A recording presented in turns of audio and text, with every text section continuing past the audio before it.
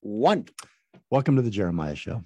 Thank you, Dr. D. It's good to have you here. It's this is one of my, as you know, favorite topics. Maybe you don't know this about me, but I went to USC Film School. I fell in love with film at a very, very early age, not only because of the and saw everything that I've consumed, almost every film and television show I believe that has ever been produced.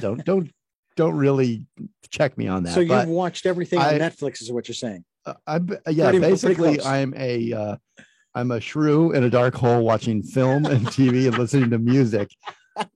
There's an image. And I love, thank you.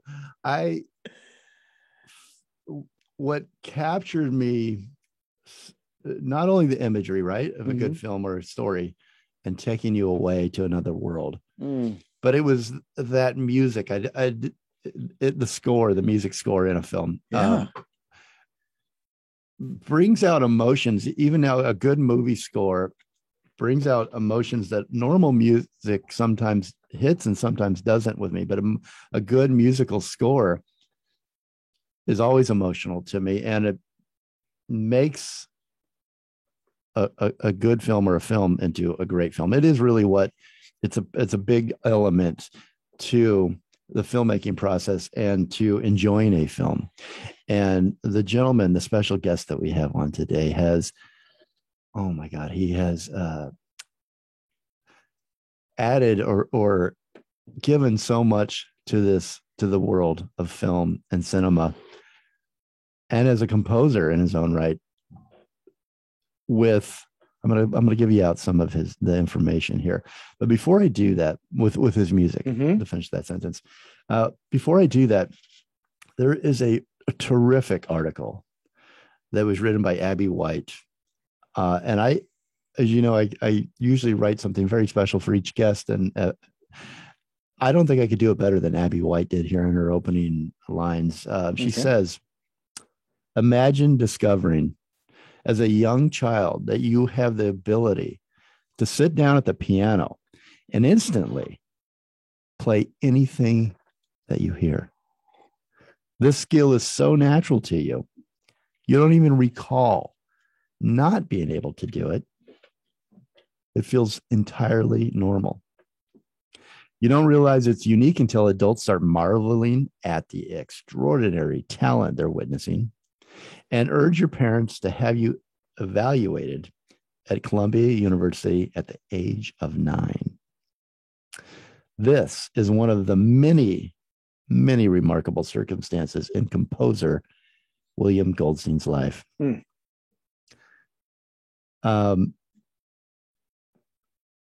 an artist with unique bragging rights.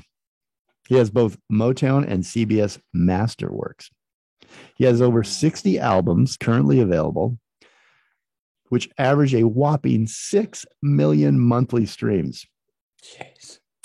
His album, The Bach Effect, which reached over 400,000 downloads in just 4 months, is among the top picks alongside such superstars as Lang Lang and Vladimir Horowitz on the Amazon Solo Classical Piano playlist, curated, by music experts.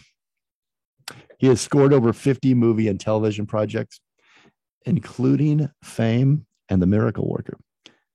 He has written on the arts for the New York Times and the Los Angeles Times, and he's been a pioneer in the use of computers and electronic instruments in music. In fact, you can most likely thank him for being able to compose music on your laptop, to all those musician listeners we have. His latest recording, collaborative composition, Created in the Moment, is out now. It's out, released in September on the Orchard. Each of the 11 tracks showcases spontaneous dialogue with a second musician. The two trading ideas to produce structurally and emotionally compelling works of art. Welcome to the show, William. So accomplished. Jeremiah, I don't know how I can live up to that introduction. I want to meet this guy. I was sitting here listening too, and I was going, William has got to really, first of all, you got to be exhausted with all of that you have under your belt. but also, how does that make you feel when you hear someone interviewing you and they rattle off your, in essence, your resume? Oh, by the way, only a rattle off maybe like 10%, maybe 9%. Okay. 5%. Before I get to that, I have to comment on an earlier comment you made, Jeremiah, about seeing every old movie and everything, because I have been after the Walt Disney Company for many years to allow me to license and release two of my favorite Wonderful World of Disney soundtracks from the 80s. Ooh. And I finally got permission. And the first one, called Lots of Luck, will be out November 19th. And I did send you a link from the Orchard, which is the only way you can hear it if you want to incorporate one of those tracks. And the second one, A Hero in the Family, which is really an amazing score. It will be out first quarter of next year. Anyhow, going back to your question, I'm going to ask you to rephrase it. Or, how does it make you feel hearing that long list of your accomplishments, which, hey, you got a lot of stuff under your belt for the years you've been doing it. And it's like, okay, yeah, all right, I did all those things. Or what does that make you feel like? Well, very lucky. I've never taken for granted the fact that I've been blessed to earn a living writing music, recording music, put myself through my last 5 of 7 years in college on my earnings as a composer. First 2 years I had to play in bands 6 nights a week during the summer and weekends while I was going to school. And then thanks to BMI, getting me publishing deals and whatnot in the form of advances from people who believed in me, I was able to go on a date on a Saturday night and just get my monthly check. So I've been very lucky, very blessed. I've never taken it for granted. And I'm actually these days very humbled by the responses I get to the instant composition work when I have somebody come by and pick 3 notes on the piano and I create a piece and people have very emotional reactions. I mean, Robin Young just did an interview with me on NPR's Here and Now, and she had me do a piece over the phone.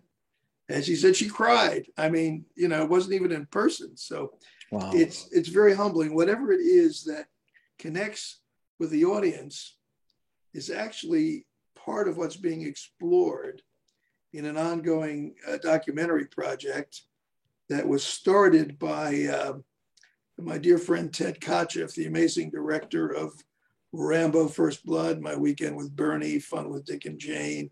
Ted's 90 and he was all the rage in the 70s and 80s. And then he was executive producer on Special Victims Unit for Dick Wolf for about 10 years.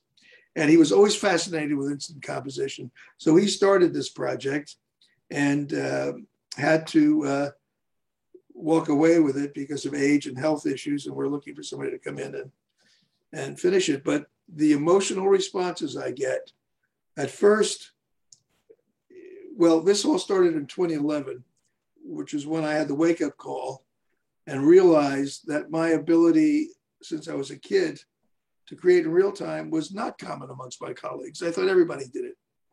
I thought it was just part of the thing. And then I find out, no, that's not the case. So when I would occasionally do a live performance, because I didn't do many before 2011, somebody in the audience would always come up and say, oh, that moved me. That was just brought tears. And I'd say, yeah, okay, fine. This person needs a good therapist. I didn't think it was anything special. But uniformly, that's what I'm getting from people. Yeah. You know, so I'm humbled, really. You have the gift to touch people. Well, it is such a gift. And William, I love what this quote you've been quoted as saying, I was born with the ability to speak the language of music. Yeah. And really, you realized it at a young age, really young age, or your folks did. The ability to speak the language of music was an epiphany that didn't come to me until a few years ago when I started to think of, well, how is it possible that I'm doing what I'm doing and other people are not? And I realized early on that I mean, not so early on, but I finally realized that my ability to sit and create in real time is completely analogous, I believe, to the gift of human speech, which we all have. When you're speaking, you speak in real time. You don't have to organize the sentences before and figure out which word goes in front of which word so that the syntax and context is correct. It just happens naturally. And then I always ask when I do a master class on creating in real time, what part of your physical anatomy is most involved when you speak? And Jeremiah and Dr. D, what would you say? What part of your physical anatomy, when you speak, is most involved, and it's not involved too much otherwise? I'm going to say, because it's the first thing that came to mind, your heart. Well, the heart is definitely involved, but the heart's going all the time. But there's one part of your anatomy. Physical anatomy, though. Okay. Physical. There's one part of your physical anatomy that comes into play when you speak, and one other function, but primarily I'm going to get it wrong, so I'm on the edge of my seat. I want to hear the right answer. No, just take a guess. Because, take a shot, buddy. Physical. I was going to say your mouth or your ears, but that's not physical, well, right? You're muscles. close. But what's really amazing to me is the reason that nobody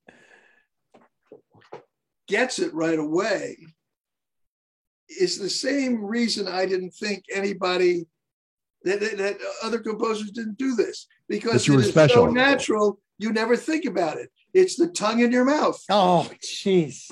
And you don't have to tell the tongue in your mouth where to go to make a sound, do you guys? No, your tongue automatically knows where to go. Oh my God, you're all geniuses. So my fingers over a keyboard are like the tongue in my mouth. I don't have to tell them where to go to express myself in the language of music. And that's why I say I speak the language of music as easily as I speak the spoken. So would it be, is it similar to, let's say, if we see, but if someone doesn't see, how do you explain that to them? So you have just, you were born with knowing this, knowing music, knowing how to hear it, how to play it in a really unique way, which I want to talk about. An ability that not a lot of other musicians share with you. But are you saying that it was, to you, it doesn't, you don't know how it would feel not to have that, have that natural ability, just as if it was there since I was born. So, I mean, how do I know what it would, I mean. Right. But others tell you, so you know through that. Well, you know, it's work with some of the best musicians in the world, and so you know how you think it. Again, I thought everybody did this who was composing music. In the 18th and 19th century, almost all the guys did. All the famous people did this. You know, whether it was Mozart or Beethoven, Bach, Chopin wrote impromptus. And, you know, in those days, you couldn't record the instant composition. So you remembered what you could and you put it down on paper and your mind got involved. But when I'm at the piano creating in real time, I'm bypassing the intellectual. I'm just creating. Mm-hmm. And that's what we're talking about, with the creating in real time. Yeah. Now, what's so unique also about you, not only from a young age being able to hear things and play them back almost. Not everything, but most things. If I'd go to the movies as a kid, and if there was a beautiful theme, I always remembered it. Sit down at the piano. And the amazing thing was, I never took piano lessons. I grew up in a non-musical family with no piano in the house, but God provided. My folks were in the hotel business, and during the summer, we lived in the summer hotel in Belmar, New Jersey, where in the ballroom there was a piano. And so little Billy, 3, 4 was, I'm told, would go over to the piano, was up here, and I'd be. Do you have any recollection of seeing that piano or yes, I do. Up on that piano? Well, I never climbed up on it, but I do remember reaching up, because when I'm just picturing small, the keyboard was up above me. And I was like, like this, more or in less. this grand ballroom in this hotel. I mean, that's like Yeah, candy for a kid. How can you not? Oh, But yeah. not only you didn't just get on and bang on it, you got on and started. Well, Now, I didn't start instantly playing like a concert pianist. I mean, I found my way, but by the time I was 8, and my parents only bought me a piano when I was 8 because I already played well, just from the summers. And maybe during the winter, if I had a school piano maybe, or at a neighbor's, I'd play a little bit, but I didn't have my own piano till I was 8. And then when I was 9, I imagined it was the sophisticated guests at the summer hotel who said to my folks, "What are you doing with this kid?" And so somehow somebody arranged for me to be interviewed up at Teachers College, Columbia University, by a wonderful man named Raymond Burroughs, who gave my mother all the right advice, none of which she took because none of it was particularly convenient. Yeah. Well, yeah. Convenient mean We lived an hour and a half outside of the city. In the old days, they sent the kid to live with a family and sent him to the conservatory, Yeah. And my mother, at the time I was 9, had a 3-year-old at home, and it would have been very difficult for them to commit to getting me up to the city even once a week. But I do remember that when my mother asked Burroughs, "Well, if we can't do this and we can't do that, will we be harming his chances of development?" And Burroughs looked her in the eye and said, "Well, it would be like trying to stop the river heading towards the sea. He'll continue to grow, and when he needs a teacher, he'll find one." And I recount this story, actually. Anybody who's interested, go to YouTube and look, just search 9-year-old at Columbia, and you'll get the video that we shot as part of the documentary at Teachers College, where I retell this story maybe as well as I just told it now. Yeah, Jeremiah, you mentioned something that, and if we have time to talk about this, I just want to bring this up. You mentioned one of his accomplishments was the Bach effect. The album. Mm-hmm. Now, what that brings to my mind, William, is the Mozart effect. And I did some research on that, and I read about what it was about. Then I read another article poo-pooing the whole thing. But the first question that comes to my mind is, why Mozart? Why not Bach or Shostakovich or Rachmaninoff or Chopin or anybody else that you can list? Goldstein. Why Mozart? So in terms of the Bach effect, and I know this is an album, not a study, what can you share, elucidate with us? Oh, that's very simple. Very simple. Okay. First of all these people you mentioned, I'm sure one way or another could do what I'm doing. Whether they became famous for it or not, I don't know. But in the 18th and 19th century, they all did it. I never studied formal piano. I was a composition major, and I have a great background in, and a degree from Manhattan School of Music and Composition. I was one of like 17 freshmen composition students, and 2 of us graduated 4 years later with a degree in composition. But my keyboard is completely my technique, which is a classical technique developed on its own. I have always been influenced by Bach, even before I knew Bach. Even before I studied Bach, I was influenced by Bach. And so the Bach effect is things I did, number from Fame. When I was a Motown artist, I did a record called Back to Bach. So I took all of these things over the years that were, or a number of them, not all of them, that were affected by my love of Bach. The Goldstein variation, you might want to share with the listeners, because this was first created for an album called Switched On Classics, and then was orchestrated on commission from the American Wind Symphony. And it's completely, Bach inspired. So that's the genesis of it. And then I thought to myself, if you're doing Bach, why don't you record a few Bach inventions? And Amazon picked up one of the inventions I did, not one of my original compositions. They put the album on their playlist because of my masterful, never took piano lessons, interpretation of the Bach Invention Number 4, which my classical piano friend said, "Oh, nobody plays Bach like that. You're taking too many liberties with it." Mm. I was bringing out the emotion and the melodic beauty of these works. So that's the story on that. All right. Well, we got to take a quick break here. I have so many questions. We're talking with William Goldstein. The new album is collaborative composition created in the moment by William Goldstein, distributed by Orchard. It's available on Spotify, Apple Music, YouTube, and Amazon. And go to williamgoldstein.com for more on this fascinating man, this legend that we have on the show today. Filmmaker and film composer and composer. He's so many things. I've loved his music. I'd say most of my life, my awareness of film and music, most of my life I've appreciated and loved this man. And he is on the show today. So happy. William Goldstein. We'll be right back. You're listening to the Jeremiah Show. Okay, ready? Yes. 3, 2, 1. Welcome back. If you're just joining us, we're talking with William Goldstein, composer, and his new album is collaborative composition created in the moment. We're going to talk about the album coming up here in just a second, but I got to go back to how I kind of started the show, the love of film and the composition and musical scores, these big, beautiful, sweeping musical scores that William has gifted us in some of our favorite films and television shows. And I know, William, welcome back, by the way,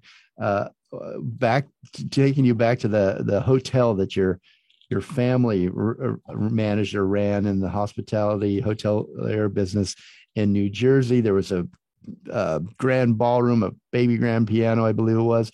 It was an upright. Upright? Upright. Oh, upright. Well, I'm a not so grand ballroom, very nice ballroom, but here I am just romanticizing the whole thing.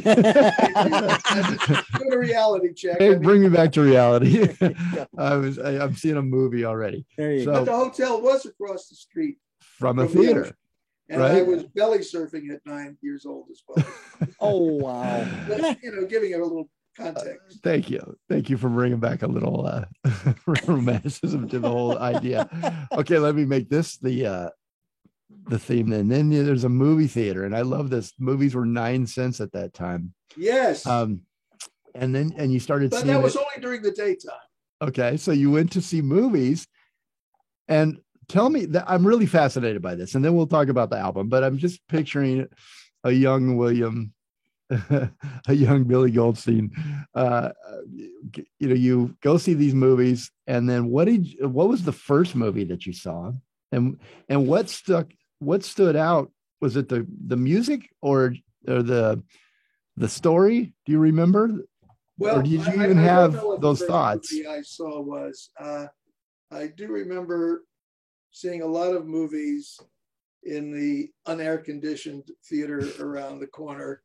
Back to bringing it back to reality. and I love film, so I was always caught up in the film. And I'd come back, whether it was North by Northwest or whatever I was seeing in that period, late 50s. I would come back, and very often, right after I'd start playing. Sometimes it took a few days for something to get processed.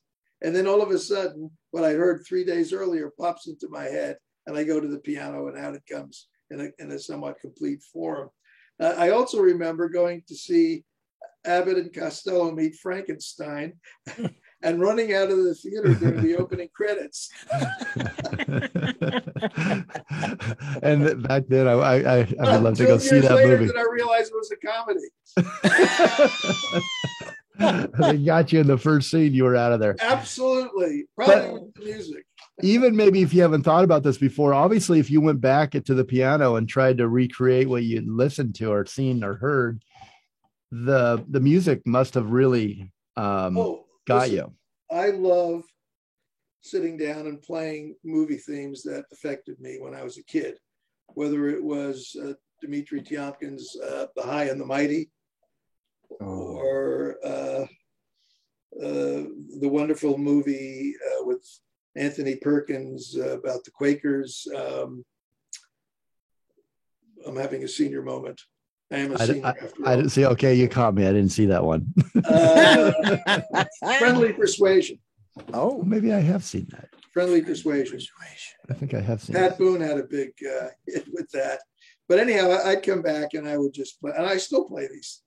I actually just proposed to David Rubin, president of the Motion Picture Academy, that now that they have an Academy Museum, that they invite a few composers of my generation to come over and do a performance of the classic Oscar-winning songs that influenced us when we were kids. Oh, that would be great. Might be an interesting thing. And let us know if we can help you get something going. Signatures on that one. I'm happy to.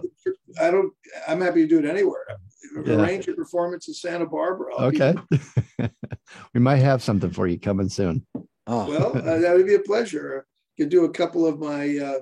That would be great. My old favorites, and do new instant composition, and but mind you, before 2011, I almost never performed publicly except occasionally at a benefit, because I didn't think anybody cared or was interested in what I just made up, and I was. I never mastered piano repertoire. I wasn't going to come in and play a Liszt sonata or something, So when I played, I was just making something up. And then after 2011, in Poland at the Transatlantic Festival, where Jan Kaczmarek said to me, I was president of the jury, he says, you have to eliminate the 3-note piece from the competition.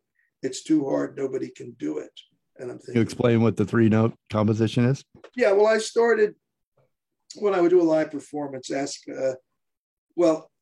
would do something. People would say, well, oh, that was wonderful. What was it? I said, I just made it up. People didn't believe it. So I started being guests from the audience to piano, pick 3 notes. Thank you. Take a seat. Take whatever they picked and create a composition out of the 3 notes. I found out only recently that Franz Liszt used to do a very similar thing. And that's how the 3-note thing started. And I have a number of albums, A Life in 3 Notes, an album called Instant Composition. If you look on Instant Composition, the cover art is Mozart and I in profile, and there's an uncanny do-do-do-do-do-do-do that you can find. So that's the 3-note thing. So I asked people to do that. And I did an album called Soul of an Actor, where a large variety of people, from Mel Brooks and Carl Reiner, the late Theo Vauquel, the young Ana de Armas, who just starred in the new Bond picture. Yeah, I love her. She's great. She's adorable. And, pick 3 notes, and I did these musical portraits, and I'm probably going to put together a volume 2 with another group of actors coming up. You never stop creating and giving us your gift of music. Did you feel like, William, that your life was almost predetermined? Do you think there was any other path than what you're on, what you've accomplished at any time? I'm not sure how life works for everyone. I think we're all enrolled in the same great university of life, but we're not all in the same course. And we're certainly not all in the same year of matriculation. But in my life, clearly, everything I have, I've been given. And everything I don't have has been kept from me till I'm ready to have it. It's a good way of looking at it. I like that. I like that too. You're also very, very quotable. Well, do credit me when you're, I for sure I will. Yeah. I will. Spanning so many generations of so many great films and television. Dr. D's trying to make me take a break again. I know. The good thing about the breaks, though, is that you get to hear William Goldstein's music. Yep. So that's what you're looking forward to, isn't it? You want me to quit talking and just get to the music over there? Well, I know, it's been documented that you didn't read music up until you were 18 and studied composition. And then you started studying composition. Yeah, almost true. I picked up trumpet in middle school, so I learned to read treble clef. Although I remember my first band rehearsal, I just started playing the melody immediately without who cared about the music. And the music teacher looked at me, "What are you doing?" I said, "Wasn't that right?" "Yes, but you're playing third trumpet. Your part isn't da da da da da. Your part is da da da da da da da da." Oh, so I did learn how to read treble clef, but I didn't get around to bass clef till I was, a few years older. And it wasn't until I was 18 that I actually composed and orchestrated my first orchestral work. And you learn that. I mean, and I wonder now, does it, most of your formative years of learning the piano on your own was just on your own by ear, right? And intuition. And then you learned composition and reading music. Do you think it mattered? Did you have to learn that, or could you have? I wanted, because you've done so many. I wanted to be able to orchestrate my own music. Mm-hmm. There are lots of famous composers. There's one working today who really doesn't read music. I love him. He's a great guy. He should remain nameless at the moment. But for me, I wanted to be able to do it all. And actually, I initially only scored those movies I had time to orchestrate, which led me to one of the greatest boo-boos of my life. I turned down Saturday Night Fever. Yeah. Well, that's I had done the previous film with the director John Badham, the Bingo Long Traveling All-Stars and Motor Kings at Universal.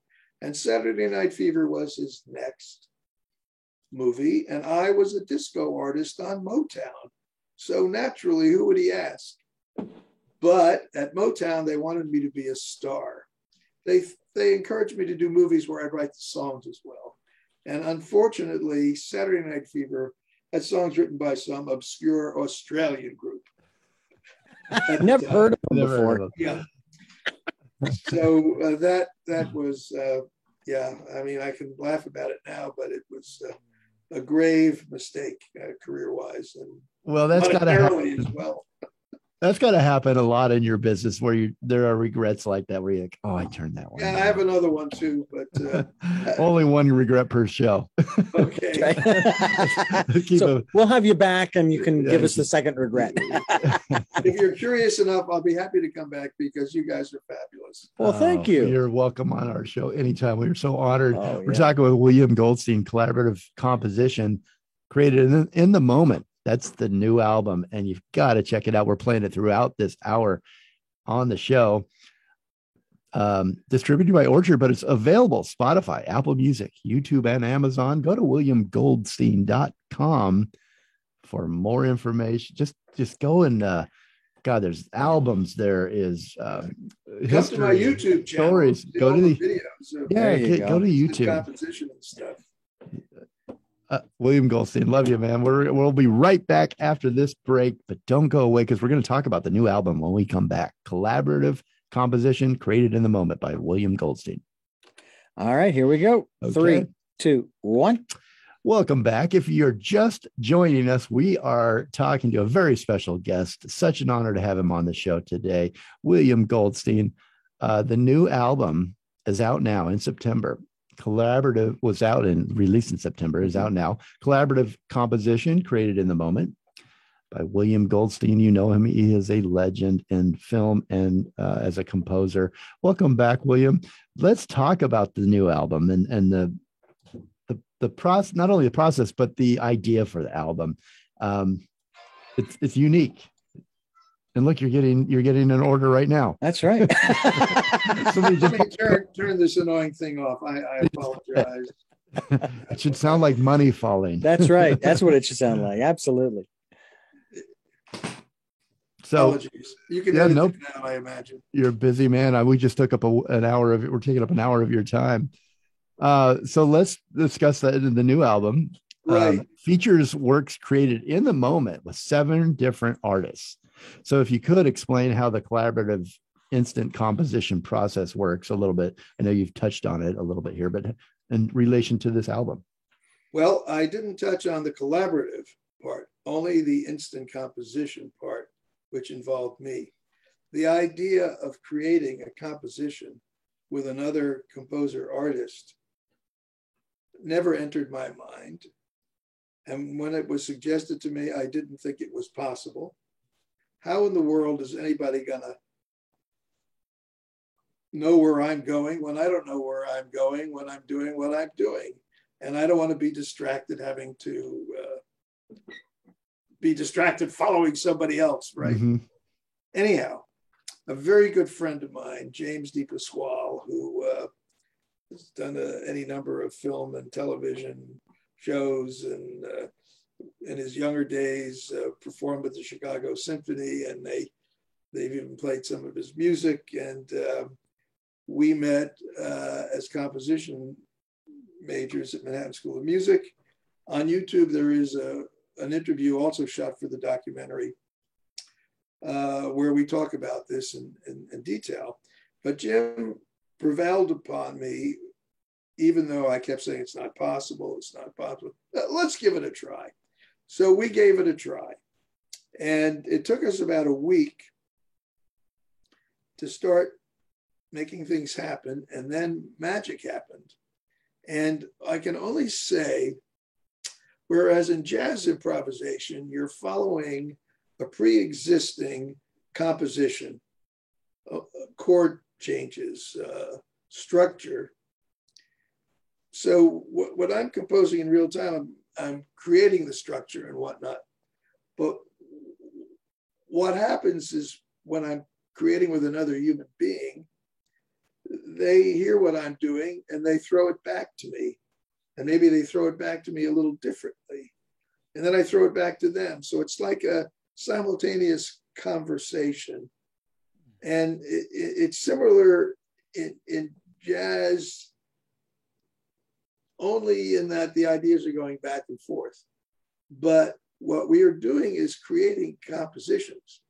If you look at the, for instance, Looking for Kiji and Loss, those are the two titles on collaborative composition. And collaborative composition, by the way, is mostly a compilation album from 6 previous albums.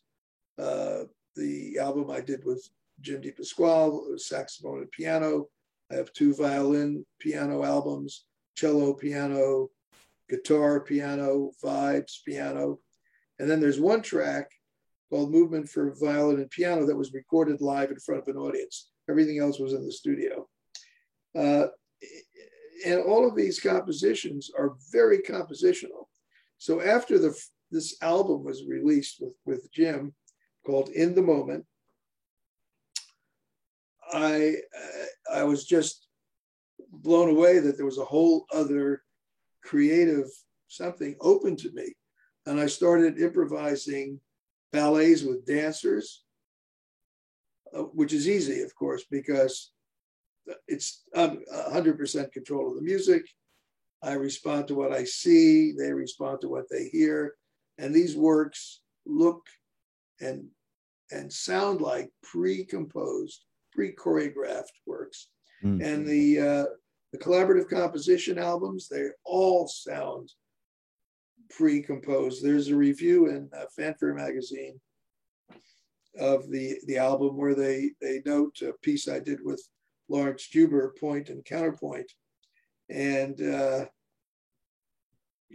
improvising counterpoint is,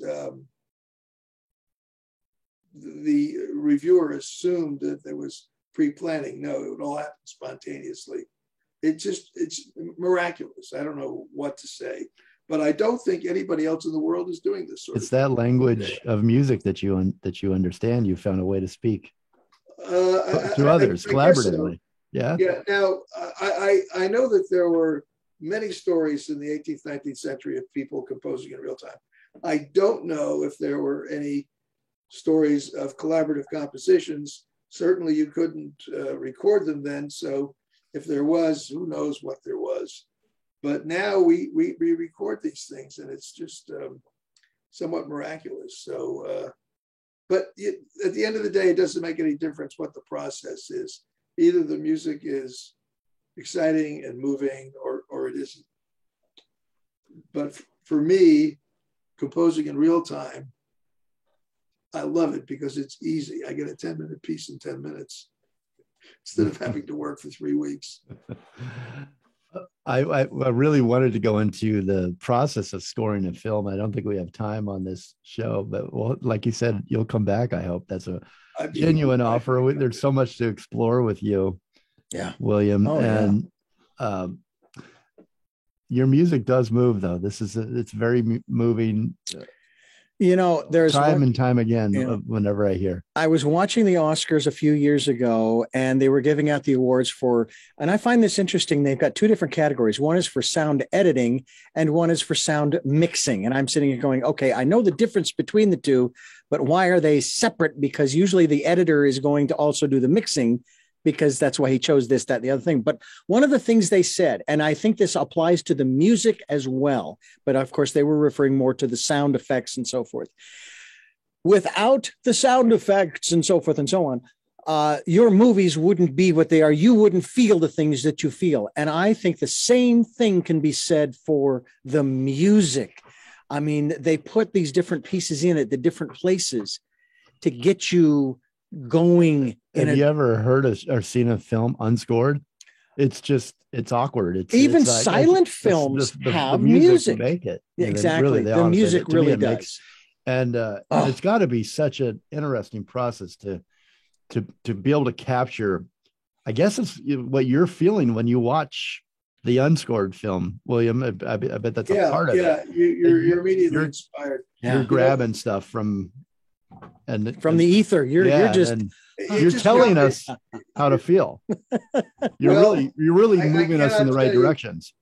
How many times you look at a movie or you read a script and the theme is just there, the music just comes out. And in respect to your comment earlier, Dr. T, of the sound effects and whatnot, in the late 90s, or was it the late 80s, 89, 90, I did a movie with Wes Craven called Shocker.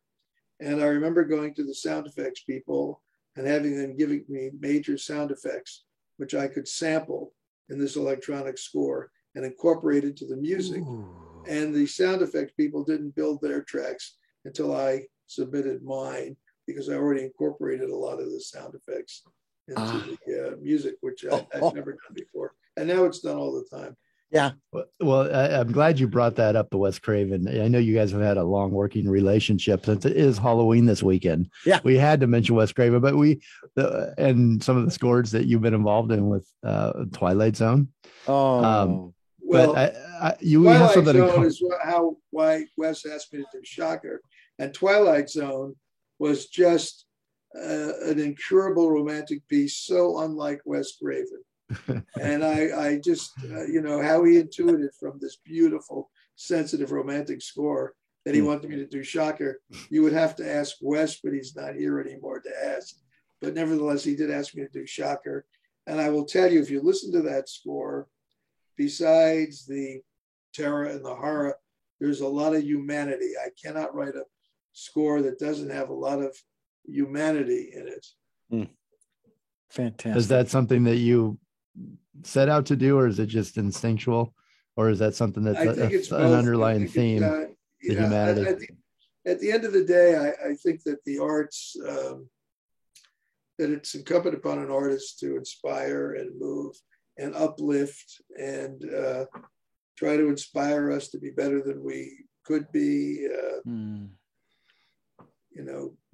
Counteract the negative energy in the world, whatever. Yeah. But I think it's a natural thing for most creators. William Goldstein, the great William Goldstein, collaborative composition created in the moment is the new album.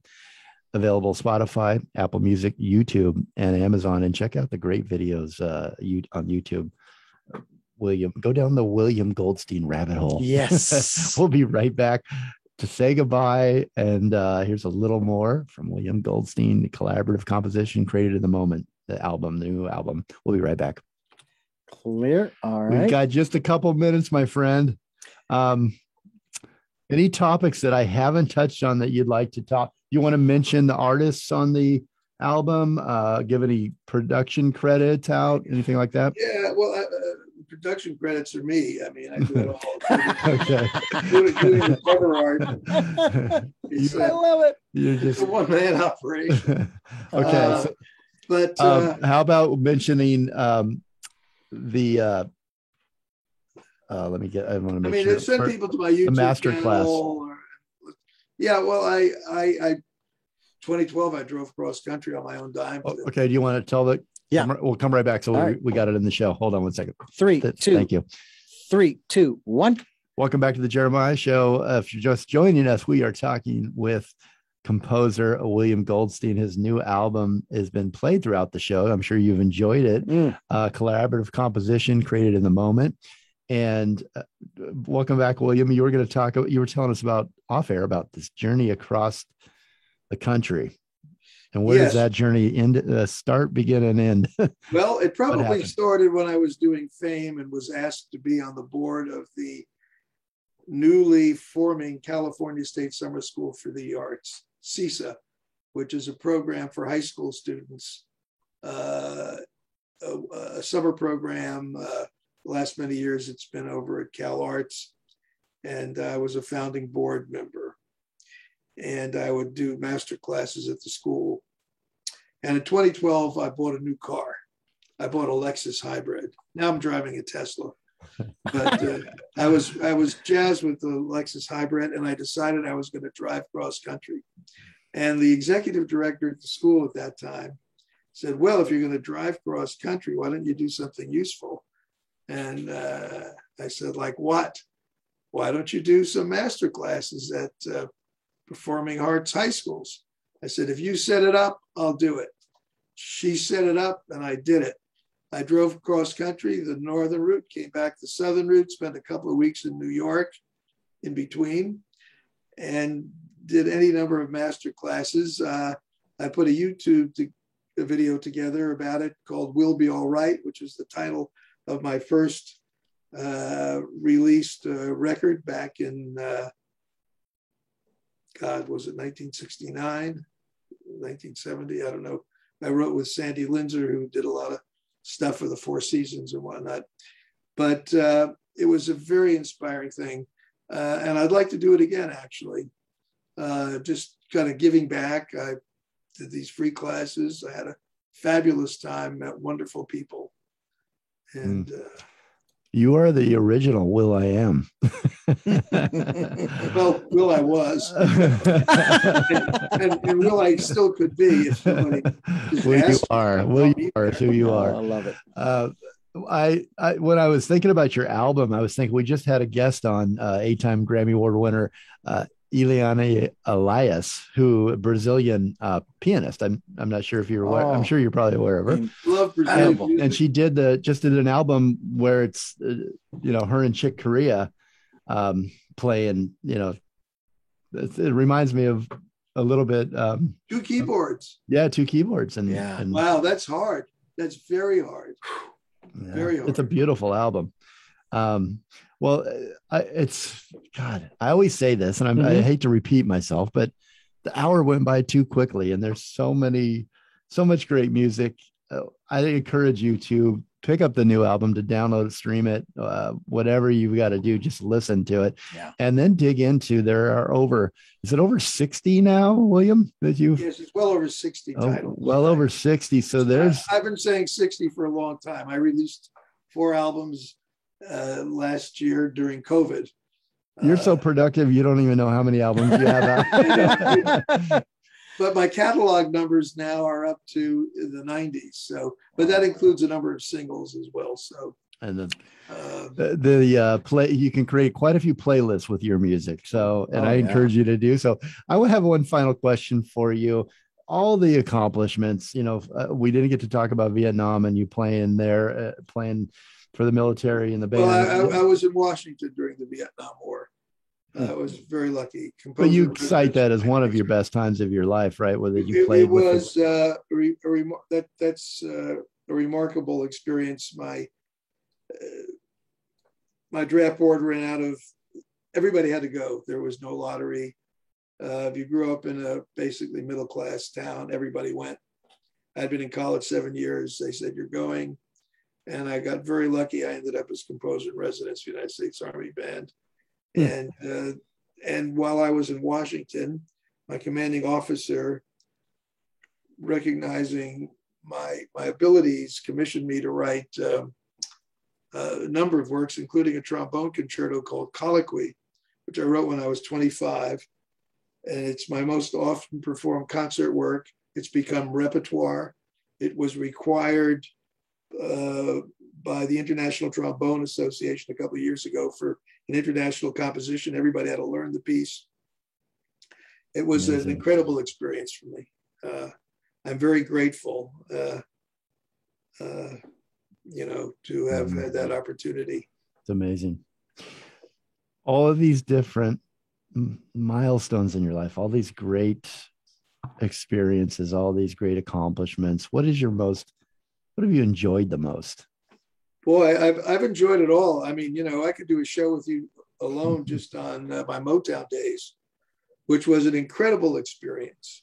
And I will say that given the tensions we experience these days amongst racism and whatnot, when I was a Motown artist in the mid-'70s, I thought we were on the cusp of Martin Luther King's dream of a society where you'd be judged by content of character. It was a very unself-conscious time. I was working almost exclusively with R&B artists. I was an artist on Motown, but then I was writing and producing for Smokey Robinson, Thelma Houston, Jermaine Jackson, Marilyn McCoo, Billy Davis, Billy Preston, later Dionne Warwick. It was just an incredible time, and I really loved it. And I think it's so sad where we are culturally today, and I don't know how we get back to the kind of mutual respect and nonchalance about everything about a person except who they are. Yeah. So I'm probably going out on a limb by saying that today because we live in very troubled times, but honestly, it was one of the best periods of my life. That's beautiful. What would your final words of? Are those your final words, maybe of hope that you wish we could? Well, I would encourage everybody to follow their heart, follow their dreams, and go as far as their abilities will take them. You never know. I mean, my life is zigged and zagged into so many different areas. I mean, becoming a pioneer in technology. Who knew anything about technology? Just ended up in the right time in the right place. And then, I only discovered in 2011 that this ability I've had since I was a kid is kind of special. I mean, what does that say about me? Not very bright guy, it took you all those years to figure out that. You were too busy creating great music. That's why you didn't have time to think about it.